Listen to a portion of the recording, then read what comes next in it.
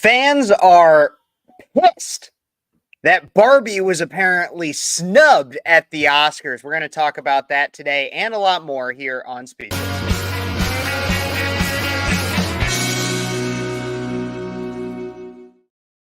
Hey, everybody, and welcome back to Speechless. I'm your host that you may know. If you're new to the channel, I'll introduce myself. I am a 23-year-old conservative activist, got my start in college, now a graduate, radio host as well of the show Speechless that I've now turned into a YouTube and content platform, period. And thank you guys so much for joining me today. To make sure you guys don't miss a minute of any of this, don't forget to like this video, subscribe to the channel, comment what you think, share it with your friends, all that fun stuff. I'd really appreciate it. I'll get to some comments soon, but I want to start off with the title story. So let's start off here with Barbie.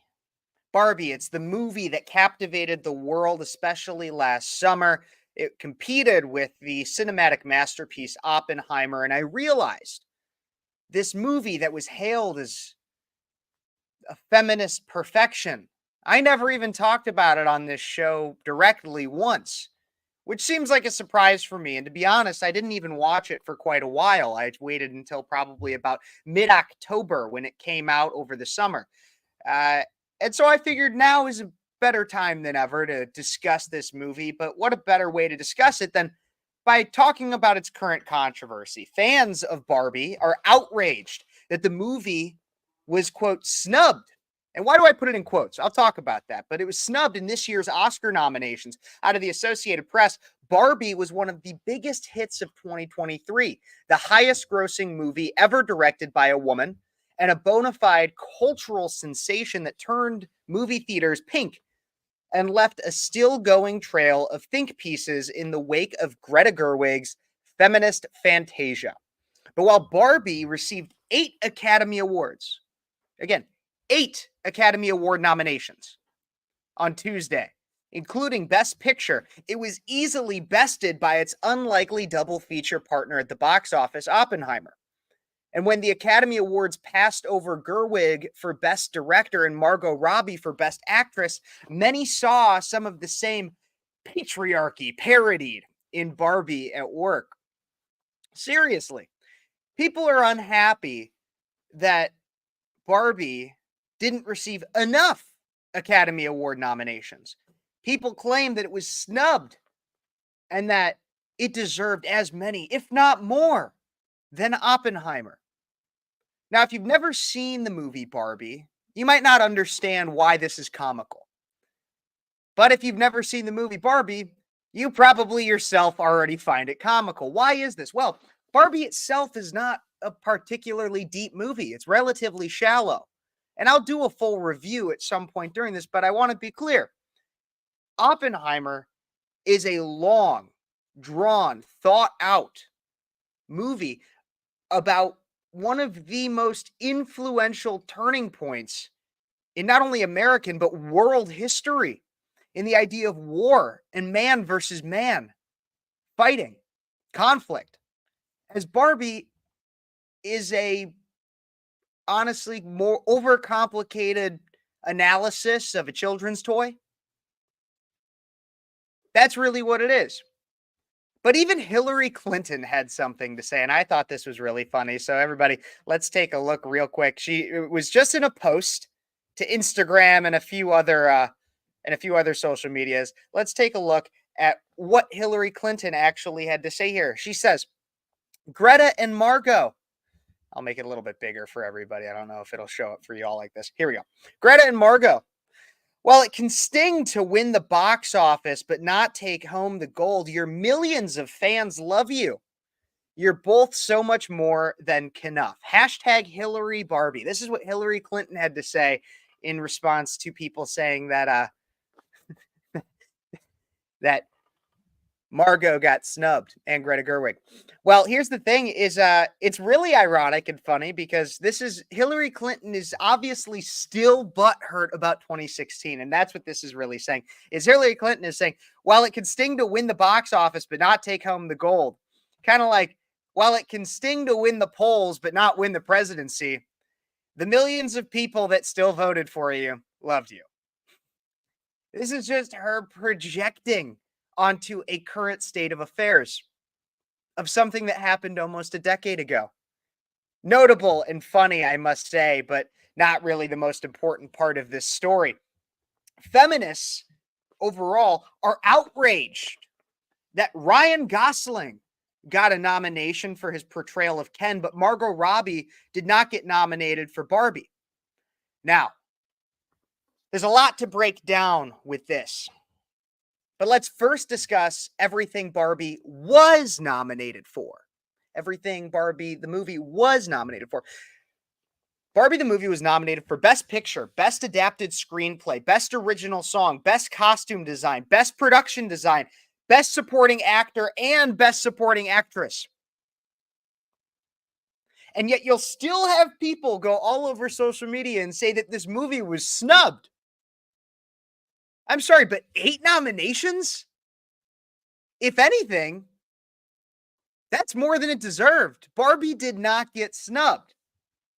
But secondly, how is it that feminists can get mad that Margot Robbie didn't get a nomination, but Ryan Gosling did? That's their comparison. If you look across social media, that's the comparison they're making. They're saying, this is the patriarchy that Ryan Gosling gets nominated for Best Supporting Actor, but Margot Robbie doesn't get a nomination.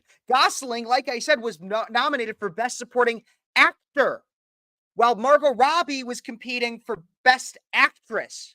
Not even Supporting Actress, Best Actress. 2 different categories.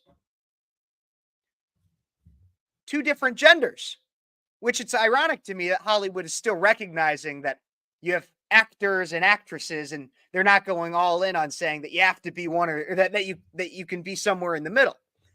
Yeah, where's the Best Supporting Non-Binary Person award? I don't know. Guess Hollywood isn't as woke yet. We'll see, maybe next year. But Margot Robbie was competing against other women entirely. She didn't lose to Gosling, as the feminazis would have you believe. She lost to other women in the nomination process. So by no means is this a representation of sexism, as the lefties would have you believe. No, she simply didn't win. She simply didn't win. But that didn't stop Ryan Gosling from self-casting himself to the role of male feminist hero. Out of the Daily Mail, Gosling went as far as issuing an extraordinary statement criticizing the Academy for not nominating the pair. In this statement, he said, he ceremoniously wrote, "There is no Ken without Barbie, and there is no Barbie movie without Greta Gerwig and Margot Robbie, the 2 people most responsible for this history-making, globally celebrated film." He continued, "No recognition would be possible for anyone on the film without their talent, grit, and genius. To say that I'm disappointed that they are not nominated in their respective categories would be an understatement. Their work was not recognized," is what he says. He says their work should be recognized along with the other very deserving nominees. The problem with this is, so he says their work should be recognized. Their work was recognized. And look, I liked Ken in this movie. I thought he was funny. I thought he did a good job portraying him. But the fact of the matter is, Ryan, their work was recognized. Maybe not in the form of an Oscar nomination, but this movie grossed over $1.4 billion worldwide and currently sits at number 14.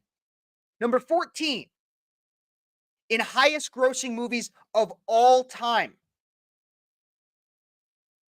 It was recognized. Their genius, their grit, whatever you want to say, they were recognized by the millions and millions of people that went out and paid probably more money than it deserved to watch this movie. The problem is that this movie was recognized as being popular, but now people are trying to equate the ideas of popularity and quality, a thing that really isn't equal. Also out of the Daily Mail, a Texas congressman has waded in on the Barbie Oscars fiasco, accusing the Academy Awards of sexism after Greta Gerwig was not nominated for Best Director. Democrat, of course. Joaquin Castro, 49, is the latest to get involved in the bizarre outrage after the Oscar nominations were announced. Barbie, the hit movie of 2023, was directed by Greta Gerwig, but she was not selected to be in the running for the Best Director award. Castro took to his professional X account to write. Again, that's important. Professional X. That means he took to his congressional account and not a personal account to write, quote, Hollywood still has a big problem with women. In 2022, women made up 11% of directors. So in 2023, Greta Gerwig, one, directs Barbie, the year's highest grossing film at 1.4 billion. Two, provides coattails to Oppenheimer, 1 billion. And three, saves Warner Brothers' disastrous year. How do you end up directing the biggest hit of the year, a cultural phenomenon, and not get an Oscar nomination for Best Director? Be a female director in Hollywood, apparently. Oh, so to Joaquin, it's all sexism, sexism, sexism. Well, thank God for this white knight riding in and telling us all that Hollywood is apparently not woke enough. Are you kidding me? Hollywood. That's basically what he's saying here. Hollywood is not woke enough, everybody. Hollywood, the place that shoves LGBTQ propaganda down your throat at every possible chance. Hollywood, that replaces the Ghostbusters with all women to try to push a feminist agenda and then flops. Hollywood. Los Angeles, the place where you can be pretty much any gender and you have a privilege and straight people bow down to you. Hollywood isn't woke enough, everybody. That's what this Democrat is saying. And so now, building off that a little bit is my analysis of this whole situation and my review of Barbie. As I said, Barbie was able to prove that it was popular, but popularity doesn't always equate to quality. Barbie is essentially the Avengers for women. By and large. Not every guy likes the Avengers and not every woman likes Barbie, but by and large, it was the Avengers for women.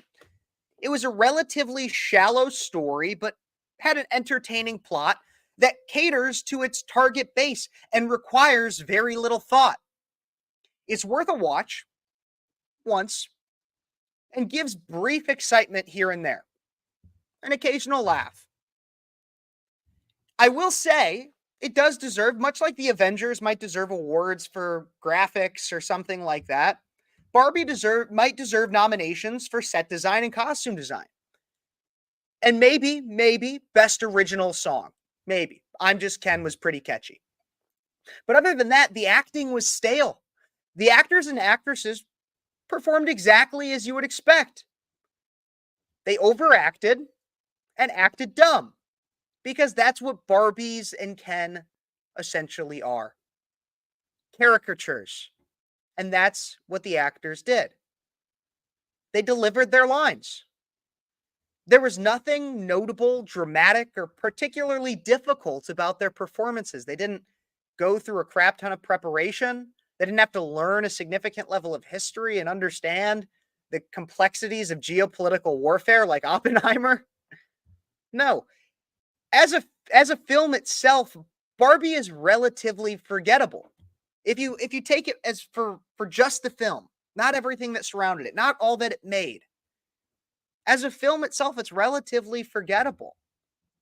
Its noteworthy cast, incredible marketing department, and riding off brand recognition made it into the box office smash that it was. If any award is deserved of this movie, it is for the marketing team that made a stupid, shallow comedy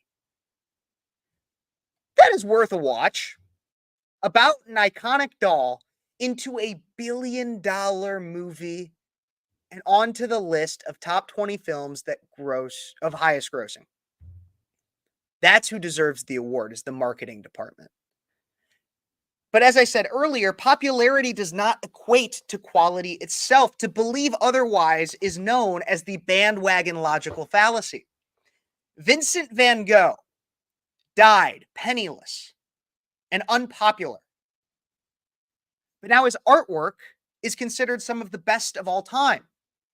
Meanwhile, in 2024, a banana that is duct taped to a white canvas sells for $120,000.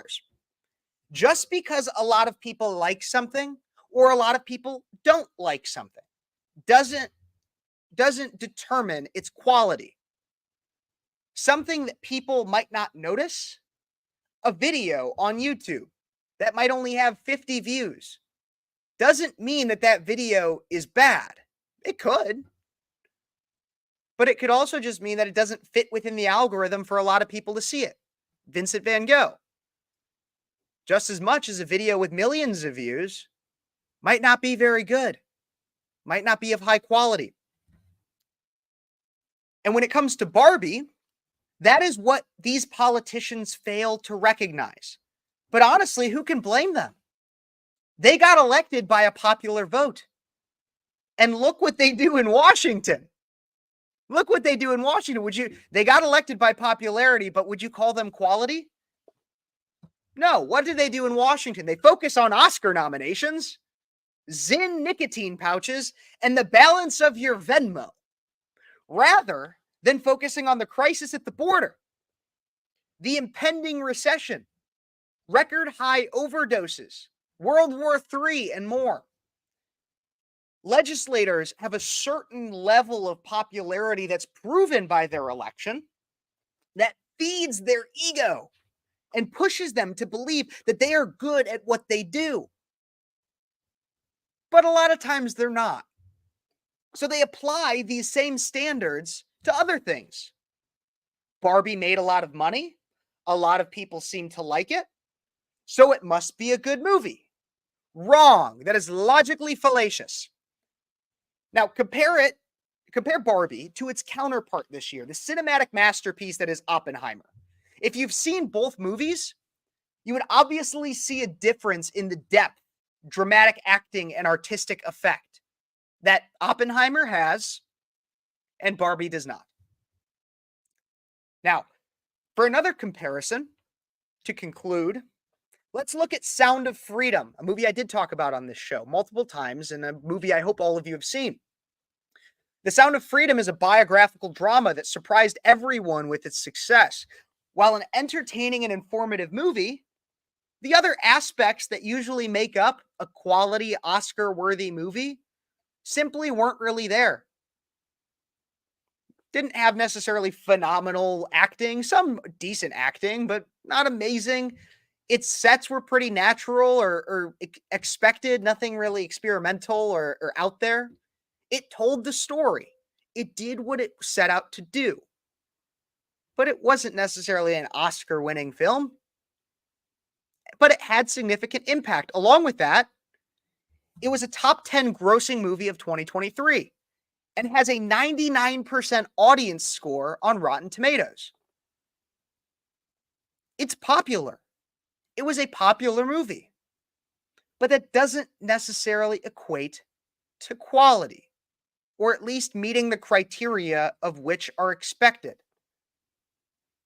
Popularity doesn't always equal quality in art or politics. Now, I actually believe that Barbie probably got more nominations than it should have because Hollywood is so woke. But what do you guys think? Let me know in the comments, please.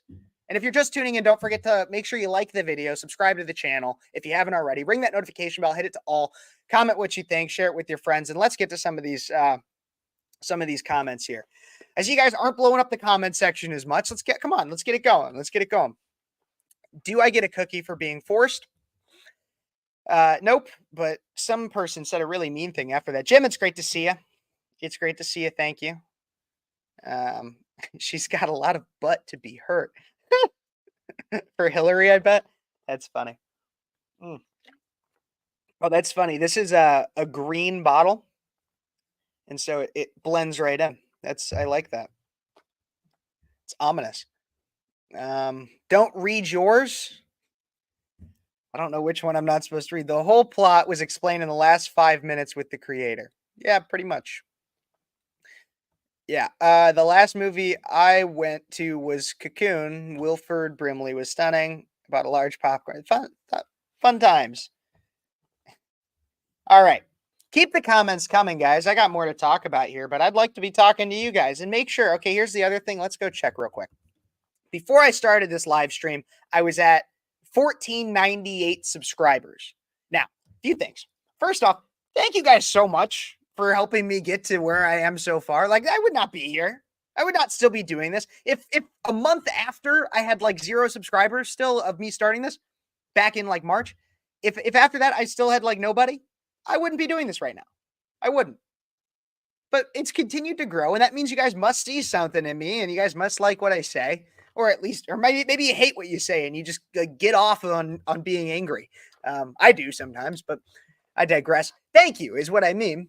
I'm almost to 1,500 subscribers, and I would not have guessed that I would have been here a year ago. And so I have the utmost gratitude for everybody out there watching, whether you hate me or you like me or you're somewhere in between.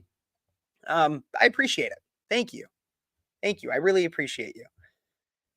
But I got other stories I can get to if you guys want me to. But if you guys want to talk, I mean, like this is a live stream. I'm not just doing radio content anymore. I'm here for you guys too. Let's see. Let me know what you think.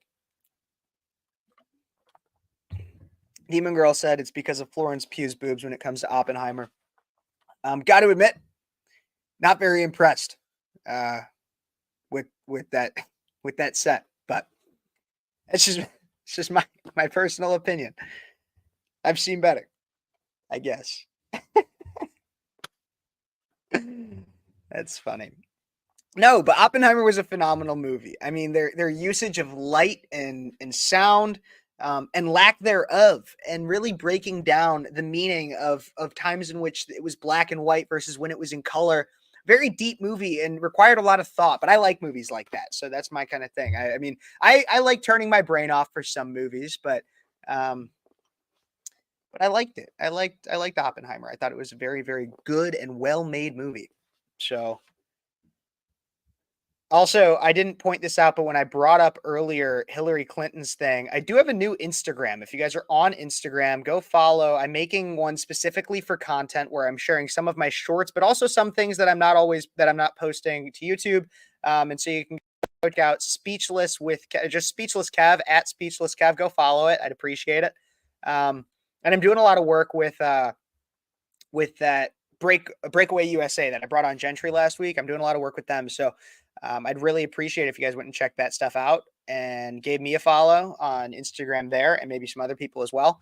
Along with all that, my camera broke this week. So I'm using and you guys might have watched some of my videos where I talked about that. But my camera broke this week. So I'm using kind of an old webcam for this. And so if you guys want to support the show so I can maybe fix up my camera, get a new one, get some other equipment, keep upgrading everything I have.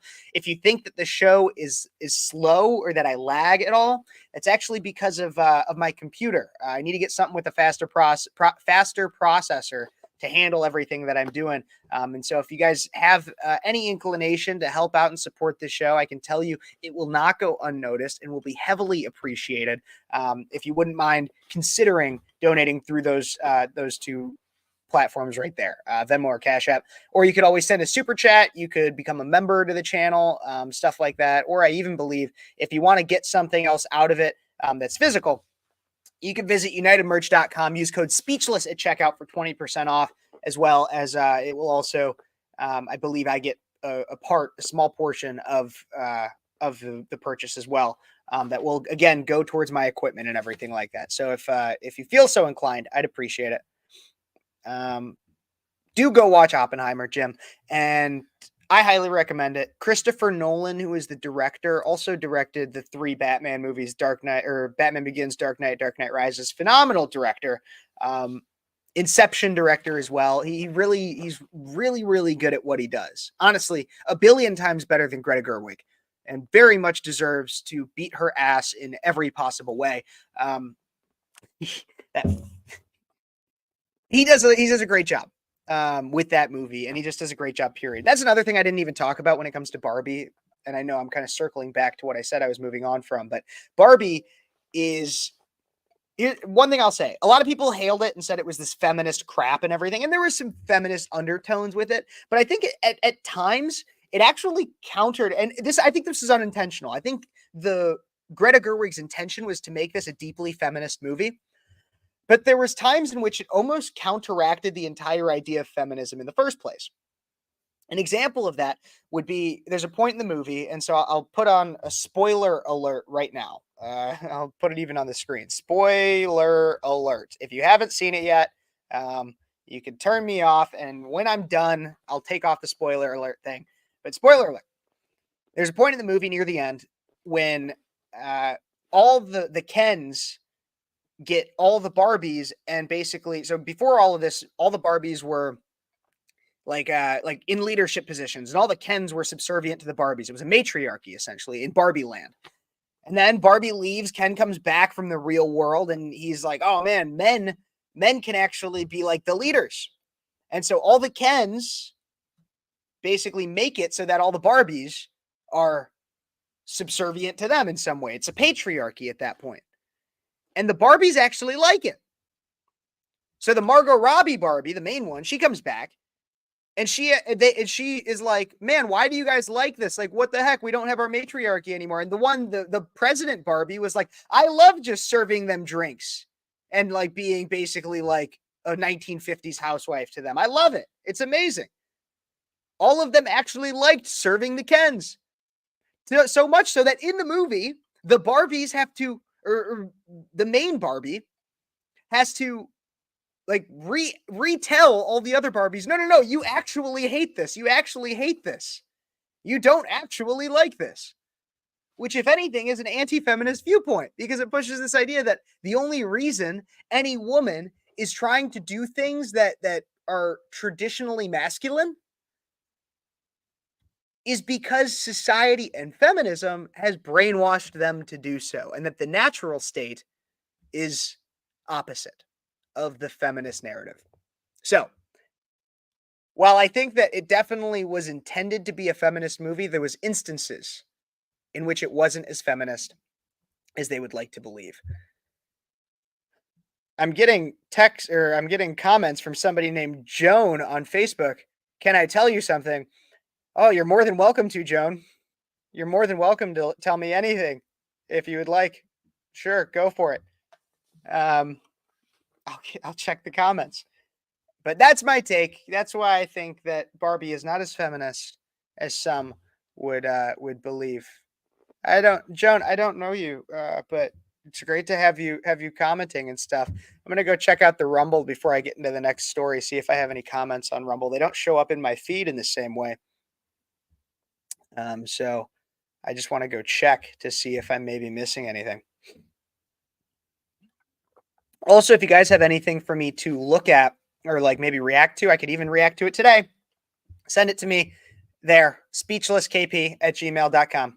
If you want me to react to anything, read a news story, check anything out, make it appropriate. Make it appropriate. And I can check that out. But definitely keep the comments coming, guys. Let me know what you're thinking. Let's see. I don't see. Joan has not followed up yet on the Facebook side of things. She seems to have left. But let's get into a different story here now. While you guys consider maybe sending some stuff over to speechlesskp@gmail.com. This one that you guys might have heard of. I'm going to pull up what I need to and get it all loaded.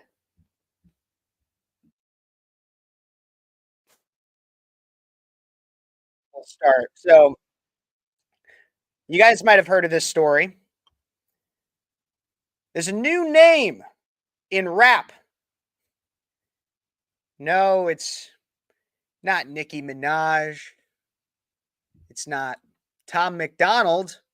It's not Eminem. It's Ben Shapiro, and we're going to react to that here today.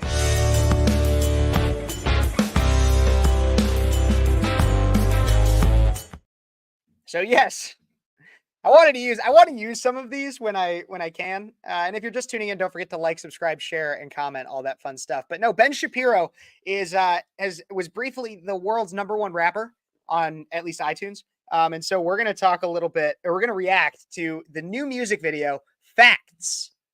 Facts with Tom MacDonald and Ben Shapiro. We're gonna take a look and a listen at this right here. So this is Facts with Ben Shapiro and Tom MacDonald. I'm also going to change my virtual background so that it doesn't look weird. Here we go. Okay. This is Facts. They call me offensive, controversial. There's only 2 genders, boys and girls. They can't cancel my message because I'm the biggest independent rapper in the whole freaking world. Claim that I'm racist, yeah, alright. I'm not ashamed because I'm white. If every Caucasian's a bigot, I guess every Muslim's a terrorist. Every liberal is right. I don't want to talk to folks who don't get it. Go woke, go broke, no hope, it's pathetic. Pro-choice, pronouns, pro-love, you're progressive. But you ain't pro-gun, no one to protect you. Where the American flags at? Remember when people would hang those? They've been taken down, they all been replaced with BLM flags or a rainbow. This ain't rap, this ain't money, cars and clothes. We ain't selling drugs, we ain't gonna overdose. We ain't pushing guns, ain't promoting stripper poles. We won't turn your sons into thugs or your daughters into hoes. I don't care if I offend you. I was put here to upset you. You can cry and you can scream, you can riot in the streets. You defunded the police, now there's no one to protect you. I hope I offend you.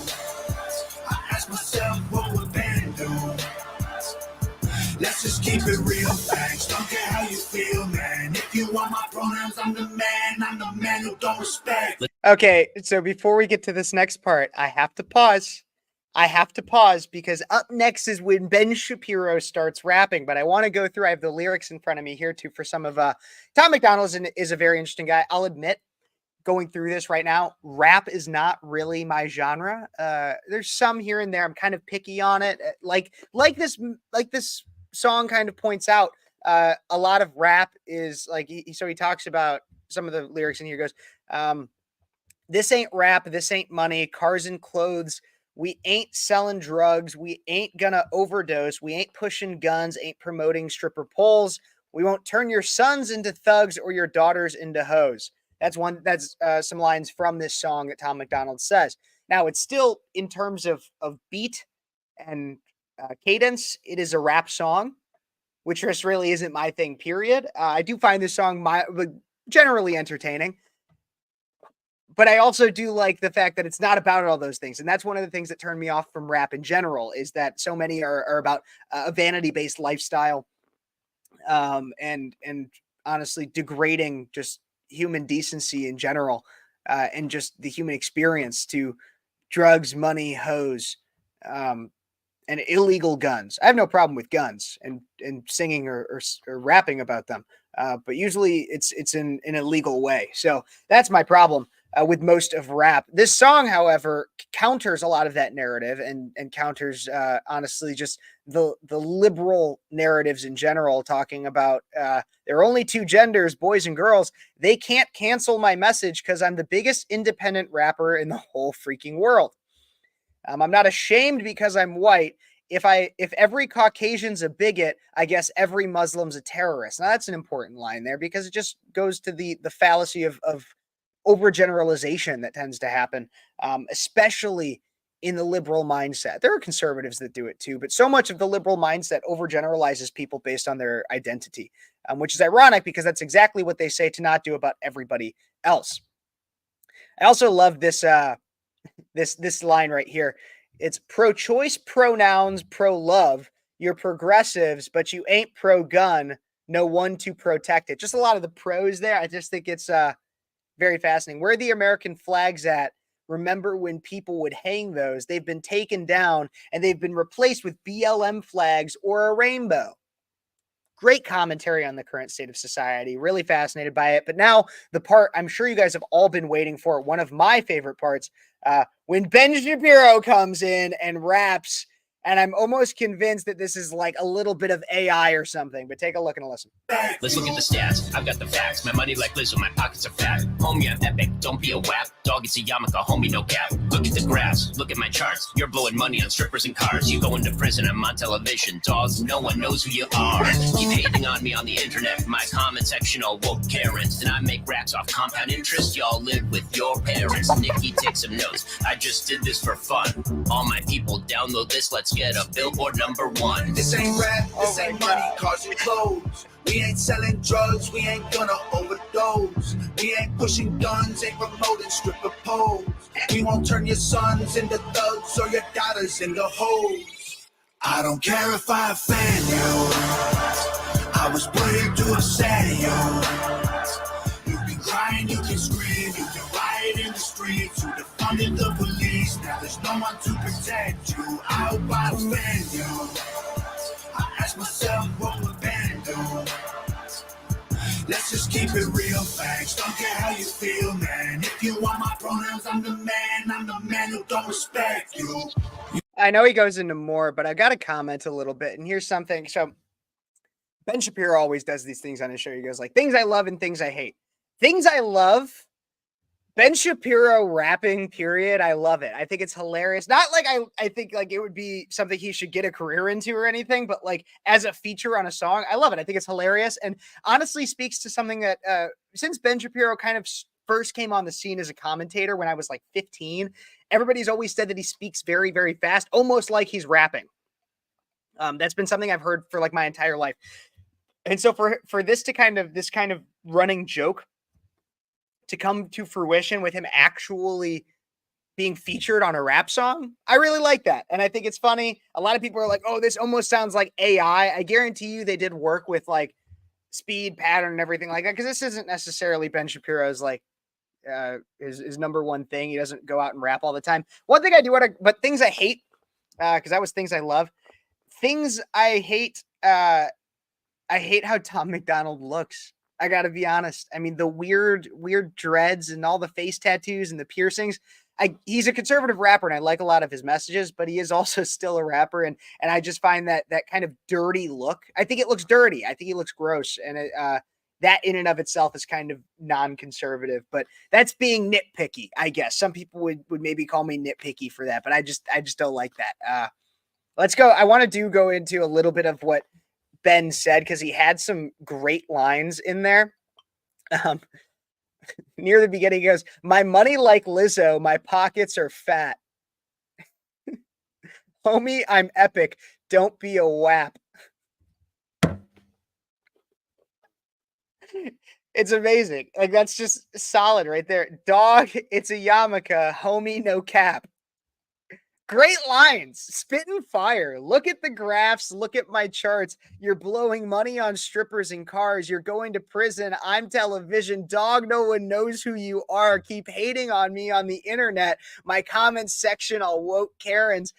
And I make racks off compound interest. Y'all live with your parents. Nikki takes some notes. Shout out to Nicki Minaj. Take some notes. I just did this for fun. All my people download this. Let's get a billboard #1. This is just a solid like verse for Ben Shapiro. I'm in love with it. Let's finish off the song. And there's some news that came out with this too, but we're going to finish off the song first. You mad. I guess it's cool to be the victim. Well, I'ma be the man. You sad. You just try to get attention. Being triggered's all you have.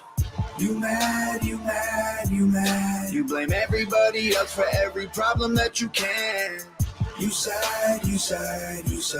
I will never say I'm sorry. I ain't taking nothing back. I don't care if I offend you.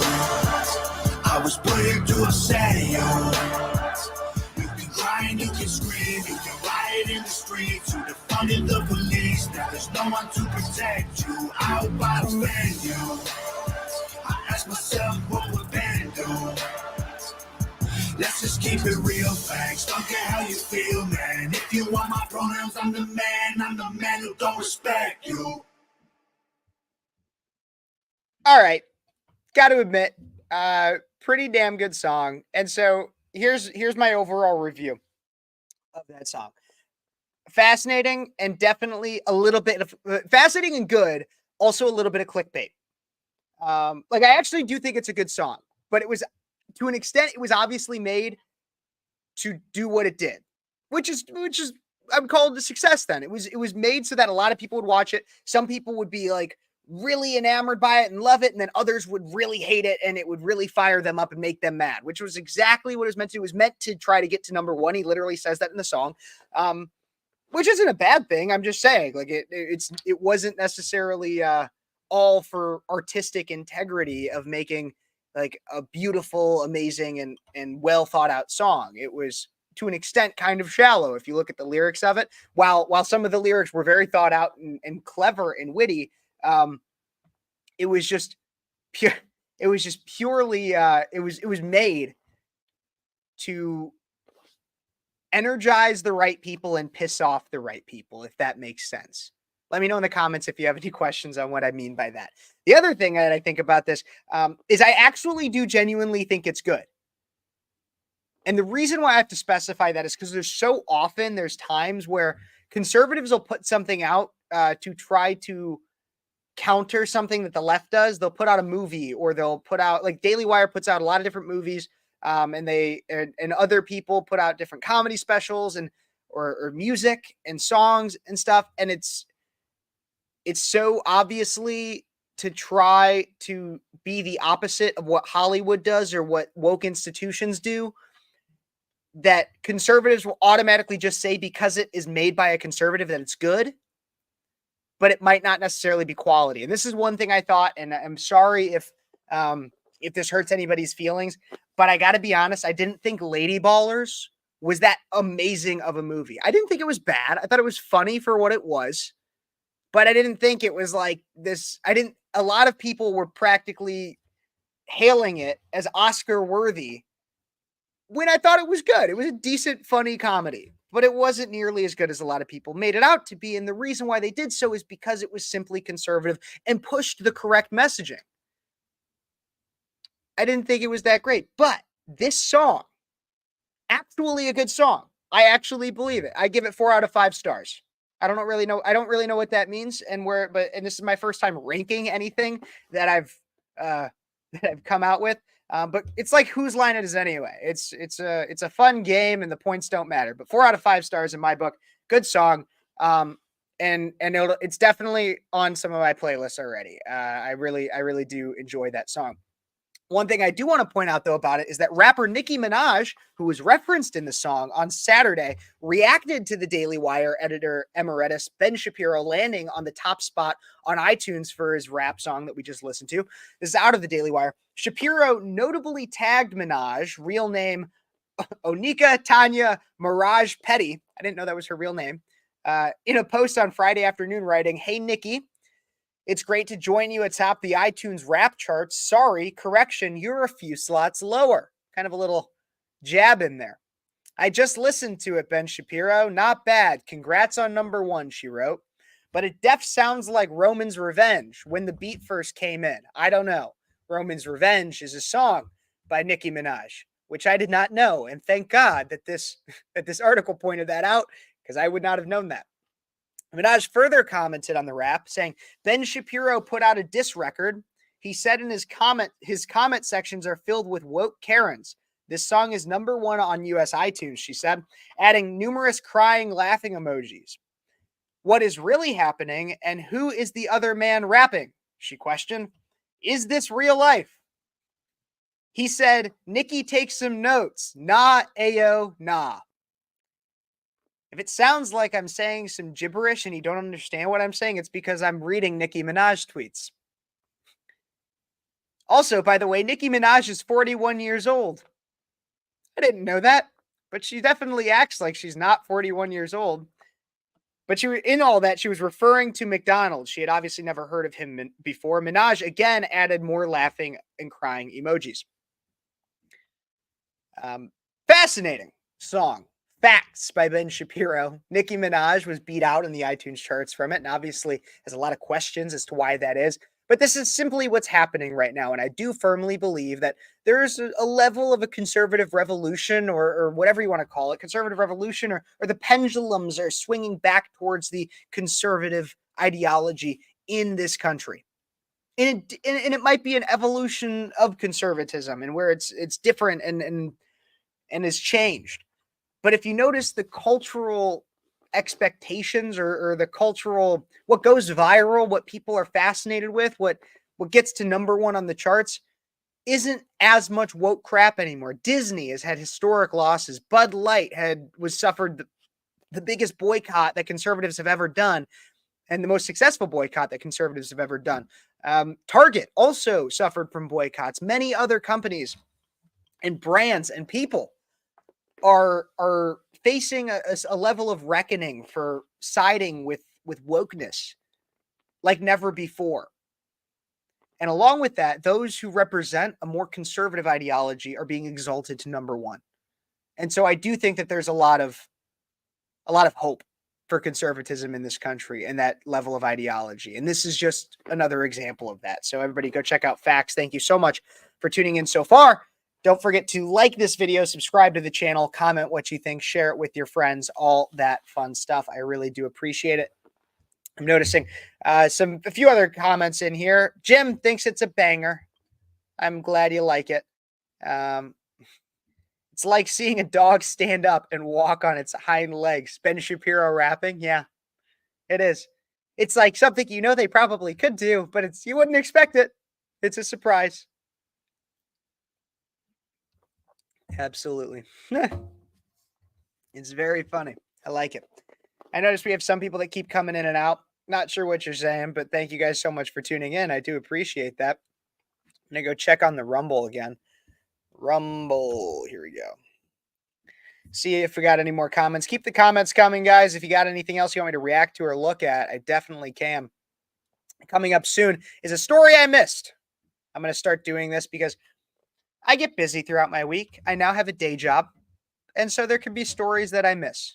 And so I will, if I miss a story that I still think is noteworthy and worth looking at, I will do it during my Sunday live streams. Everybody, make sure you mark your calendars between 5 and 6 every Sunday, unless otherwise noted on my YouTube channel.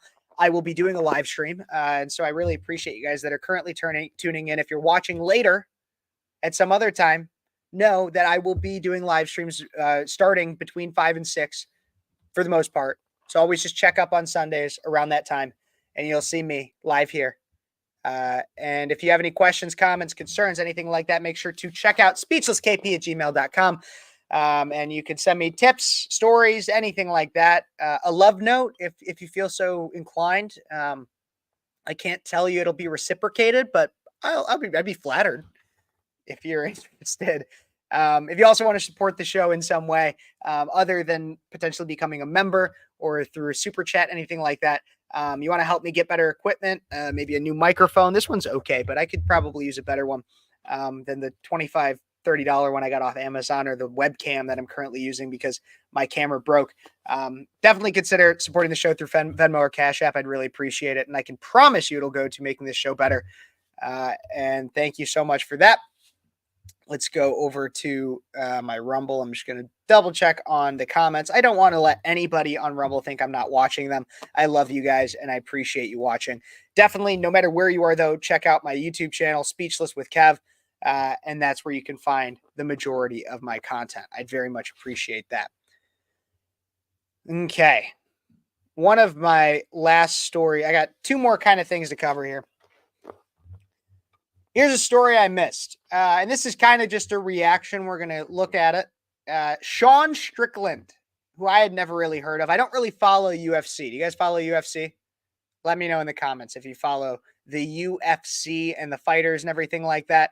I'm not a big, I don't really follow it that much, but Sean Strickland went viral for some of what he had to do or what he had to say before a fight like a week ago. So we're going to take a look and a listen to this. This is Sean Strickland. He had a few clips here, and this is the first one we're going to go through.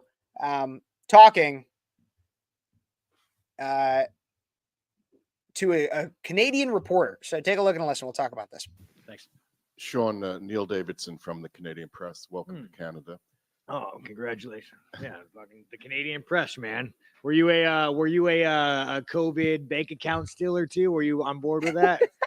No, Are you left wing or right wing? Were you a Trudeau? We got one of the fucking commies with a press. We got to know where this man stands. Were you non-biased?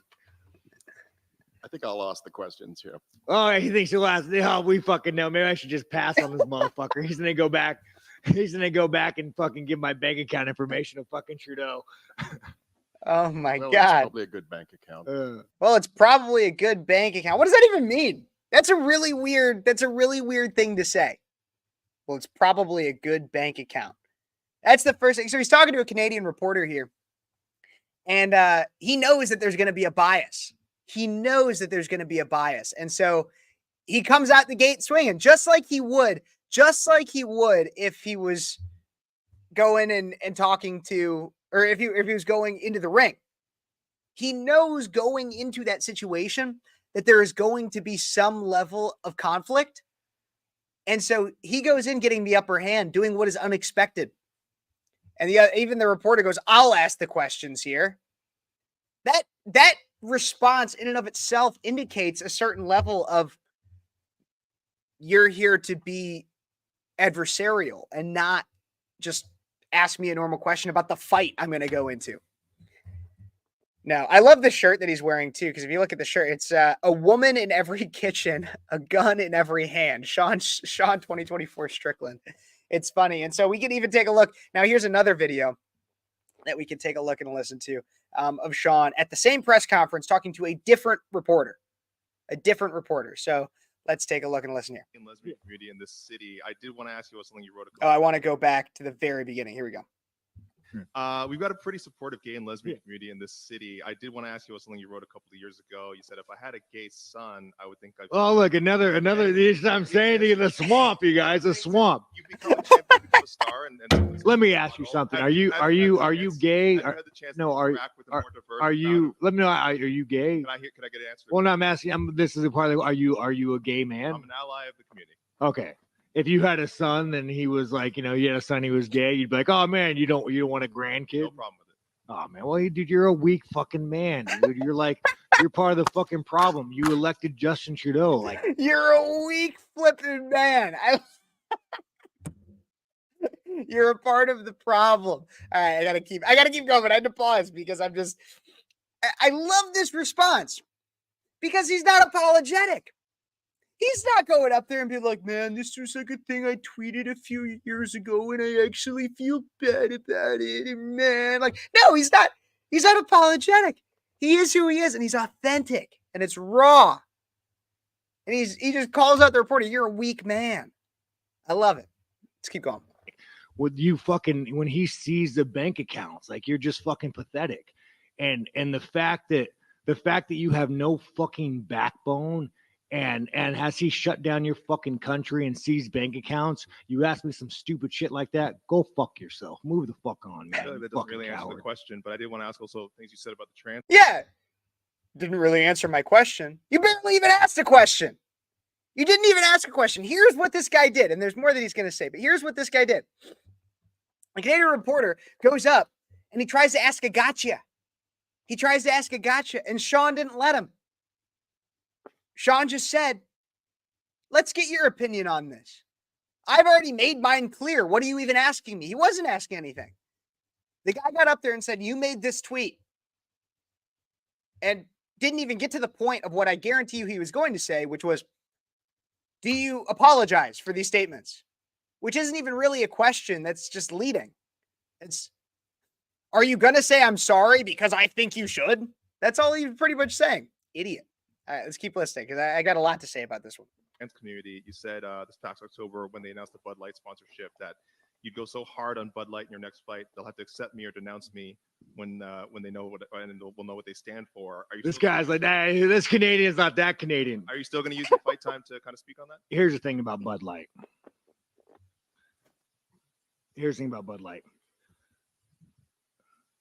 10 years ago, to be trans was a mental fucking illness. And now all of a sudden, people like you have fucking weaseled your way into the world. You are an infection. You are the definition of weakness. Everything that is wrong with the world is because of fucking you. And the best thing is the world's not buying it. The world's not buying your fucking bullshit you're fucking peddling. The world is not saying, you know what? You're right. Fucking chicks have dicks. The world's not saying that. The world's saying, no, there are two genders. I don't want my kids being taught about, who they could fuck in school. I don't want my kids being taught about, their sexual preference. Like, dude, this guy is the fucking enemy. You want to look at the fucking enemy to our world? It's that motherfucker right there. I love it. What an insanely great roast on this man. You are the enemy. You are the definition of weakness. Like, his trash talk is phenomenal. Like, I would never want to get on the bad side of this guy, not only because he's a UFC fighter, but also because while I think I'm pretty good at tearing somebody down verbally, that is next level. And I love it. But Sean Strickland did ultimately end up losing. I will say he did end up ultimately losing the overall fight that he was doing this press conference for. But here's what he won. He won the attempt of media hacks to control the narrative. Now, this reporter is intellectually dishonest from the very start of this interaction. This Canadian reporter is at a UFC press conference. And instead of asking anything about the upcoming fight, or even asking anything open-ended with a want to understand the fighter, this Canadian reporter is at a UFC press conference and goes up, and his mindset has nothing to do about anything like that. He goes in with a question about some unrelated social media post from a few years ago. This reporter went into the interaction, into the entire conversation, without actually trying to get a better understanding or tell anyone any kind of news. No, what he wanted to do was write a story. And I know that sounds simple. Like, of course, the reporter wants to write a story. But no, when I say story, he wants to write a narrative, something that he's already concocted in his head. He probably already had most of it written before this interaction. It's a story in which Strickland is portrayed as a homophobic, transphobic extremist. This question that he asks regarding you said this thing about having a gay son was simply to cover his ass so that he could act like he did some level of due diligence. Strickland, however, wasn't going to let that happen. Instead, Strickland recognizes the idiocy of the line of questioning and its lack of relevance and just utterly embarrassed this man to the tune of tens of millions of people on social media. Seriously, tens of millions of people. And so what ends up happening? Well, it starts off where this guy thinks that he's going to get a few thousand people to read an article, maybe 100,000 people to read this article about how Sean Strickland is a homophobic piece of crap. But instead, Strickland comes out, is unapologetically himself, and to his own followers, because here's the thing is Sean Strickland shared all of this to his own Twitter accounts. So to all of Strickland's supporters, tens of millions of people, they now get to see this reporter, this Canadian reporter, get absolutely destroyed by Strickland. Embarrassed. So who won? I guarantee you that clip was seen by a ton more people than that article ever would have been. But the thing is that these media people are all in cahoots. And so while maybe not all of them agree with the line of questioning of the Canadian reporter, the reporters are not happy with Strickland. which means thus, and it's not even that they're not happy with Strickland. They're not happy with the fact that Strickland was allowed to say what he was going to say and what he did say. Oh man, he should be controlled. Let's talk to in a traditional Karen fashion. The media asked to talk to the manager. And so not soon after, Dana White, as many of you know, like the owner of the UFC, or at least the operator, I don't know exactly, is that maybe CEO, whatever his title is with the UFC, he gets asked about free speech and everything to his fighters. So take a look and listen. But like, you obviously give a long leash to your fighters about, what they can say when they are up there with a UFC microphone, and you are getting into territory of homophobia, transphobia. Like, is there? I don't give anybody a leash. Well, I'm saying a leash. Like free speech. Control what people say. Going to tell people what to believe. Going to tell people. I don't fucking tell any other human being what to say, what to think, and there's no leashes on any of them. What is your question? I was asking that question. I'll move on though. Yeah, probably a good idea. I was asking that question, but I guess I'll move on. Yeah, because your question was stupid.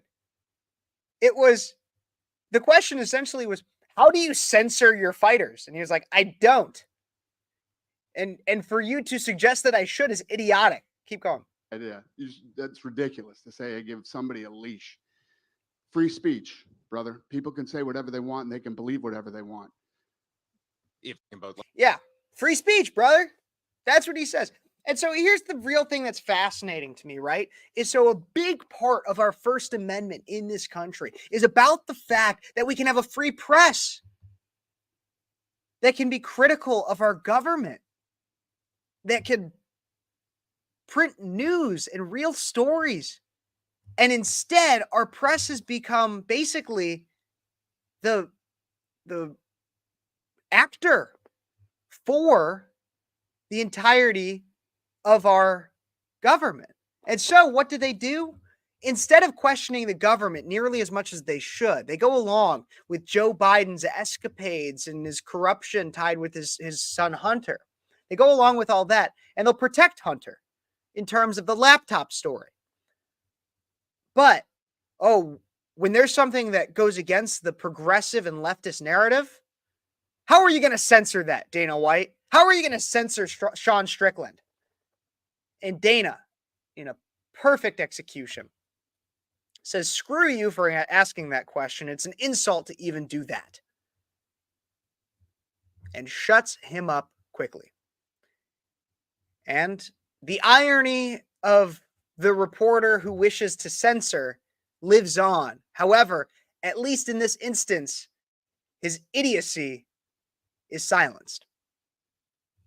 That's my takes. What do you guys think? Don't forget to like this video, subscribe to the channel, comment what you think, share it with your friends, all that fun stuff. But that's pretty much all I got. And I know you guys might have a busy Sunday. I know you might be watching the football games right now. The Ravens, the 49ers, the Chiefs, whoever's playing. I think the Chiefs lost to the Ravens. Sad news. Taylor Swift will be at the Super Bowl, unfortunately. Maybe that's the only reason she was dating. Brief conspiracy time. The only reason Taylor Swift was dating Travis Kelce was so that she could go to the Super Bowl because she knows that it's rigged. The NFL. Maybe. I don't know. What do you guys think? Let me know in the comments. Everybody, I'm going to get out of here, though. It's been a great hour talking to you guys. I can always go more. But make sure you mark your calendars for Sundays around between 5 and 6 p.m. I'll go live and I'll talk to you guys. I appreciate it. And always send me anything you guys might want to hear about. Speechlesskp@gmail.com. I'd appreciate it. If there's anything I miss, I'll talk about it like I did with the Dana White story. Don't forget to like this video, subscribe to the channel, comment what you think, share it with your friends. If you want to support the show in some way, you can Venmo or Cash App. I'd really appreciate it. At Kevin Phares or Kevin Phares1, depending on which one respectively. I'd really appreciate it if you guys would consider so I can work on upgrading the show, making it better, work on different softwares, make it more visually appealing, and grow. That's the goal here. But thank you guys so much. Almost to 1,500 followers or subscribers here. Don't forget to check me out on other social media as well. God bless you. God bless America. And until next time, you guys have been watching Speechless. Thank you.